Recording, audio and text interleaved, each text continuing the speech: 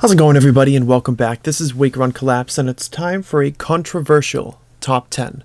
These are the top 10 most undeserving GX cards. And I'm sorry if I hurt your feelings a little bit with this, because it's more geared towards like a negative aspect, and I know it might inspire a couple of dislikes as well. And to that I say everybody's opinion is different, and I respect the fact that you might love these cards, and understand that I am not challenging your opinion or your feelings towards these Pokemon or these cards if they happen to be your favorites, or even if they're not. I simply decided to make a list that was a little different from some of the other top lists that I had been making. So the best way to counteract some of my opinions, if you feel that they are not valid, is to let me know in the comments section below in a civil fashion why you think some of these cards should not be on the list, or perhaps what cards you think should have been there in their place. And there are a few mons that I decided to leave off because, well, there's only 10 spots, otherwise it looks like I'm hating on all the cards. There is one honorable mention, though. The honorable mention I will not display on here because it is a good card and I do enjoy the card itself, but it's Gardevoir GX. And the reason it's an honorable mention for a most undeserving GX card is because they beat Gardevoir to death in 6th gen with EXs and Megas and Holos and all this other stuff, and found every opportunity that they could to cram Gardevoir into a set. And I was like, oh cool, 7th gen, maybe we'll leave some of the shackles of the past behind us. Nope. Sun and Moon 3, boom, Gardevoir, one of the most playable things, and it just started going nuts again. So that's an honorable mention. It doesn't quite make the cut. So at number 10, from Thunderclap Spark, I've got MCCargo GX on here. Yes, I am going to show the offending Pokemon here. It would be a boring video if I didn't. But MCCargo doesn't have much of a story behind it. I just think that it was kind of a weak choice to include as a Pokemon. Number 9 is from Celestial Storm, and it's the Altaria GX.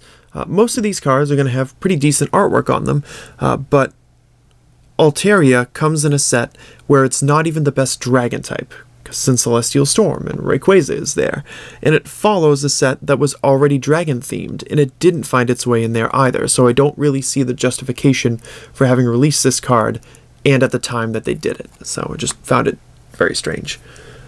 In at number 8, and many of you will be surprised that it is so low on the list, high on the list, I'm not sure how you would describe it, but it's Blacephalon GX from Explosive Impact.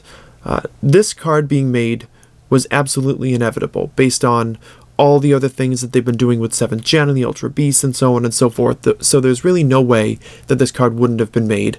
My issue is that the Pokemon exists in the first place because it's terrible. It's an awful, no good, very bad design.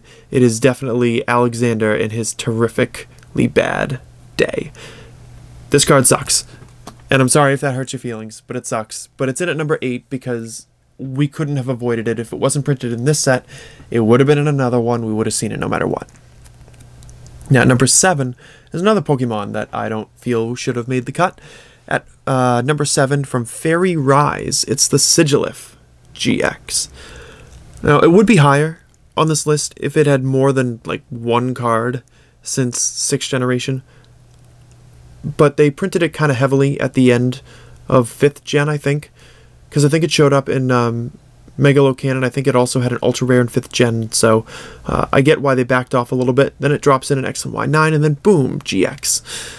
And this is not deserving of a GX in my opinion. There's just not much else I can say about it. Number 6, from Dragon Storm, we have White Kirim GX. White Kirim is worst Kirim. Make a regular Kirim, or make a black Kirim, but White Kirim is worse Kirim. So that is completely opinion-based, and you can't change my mind on it. You can have a differing opinion, but you will not budge this card off of this list. It is the worst Kirim. It did not deserve to have this card. I don't really know why they went in this direction in the first place. So, in at number 6. Number 5, shout out to Brace Gaming. Do I even need to show the card now? I will. It's from Champion Road. It's Electrode. Electrode GX. It's a filthy, filthy card. The mon in number 4 is also from Celestial Storm, but I just want this image to sink into your minds for a moment. This got a GX. And in the same set, the very same set, number 4, Champion Road, Mr. Mime GX. It's literally only a fun callback to those old school EXs from Flight of Legends, and I thought, oh, it's kind of cool that they did it that way, but I don't think I really ever agreed with this being like a GX. Nobody's gonna clamor for this unless Mr. Mime is their favorite Pokemon. I think people have very passive or low opinions of Mr. Mime, and myself is included in that list. So aside from them doing their callback to previously printed cards, it really serves no purpose to exist. Number 3 is a pair of cards. And 3, 2, and 1 really are interchangeable here.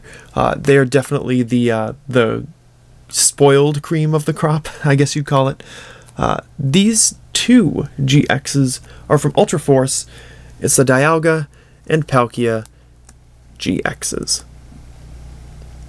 Why? Why did you make these? Seriously, why did you make these? We just had Dialga GX and Palkia GX as different type GXs in the very previous set. They just made them. And yet they're going to immediately print their other types as these like boring artwork GXs just for the purpose of filling them up into a set. They're made obsolete simply by existing, and they lessen the value and the importance of the card that preceded them because they exist. I don't understand it. I'll never understand it.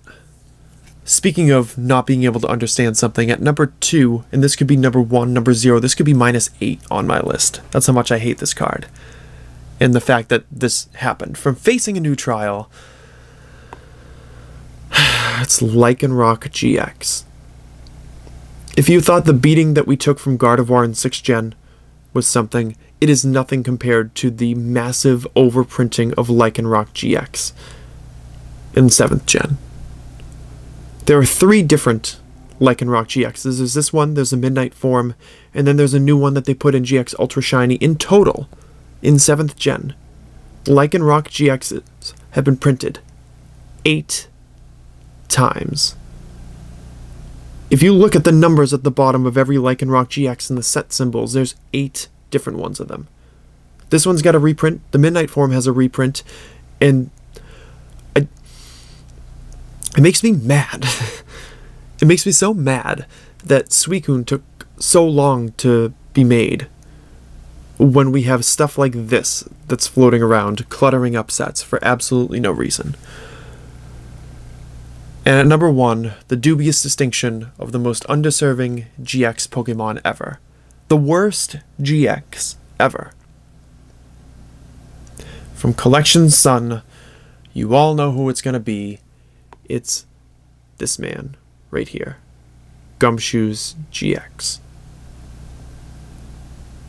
It's a terrible design for a Mon. It's a terrible inclusion in any set.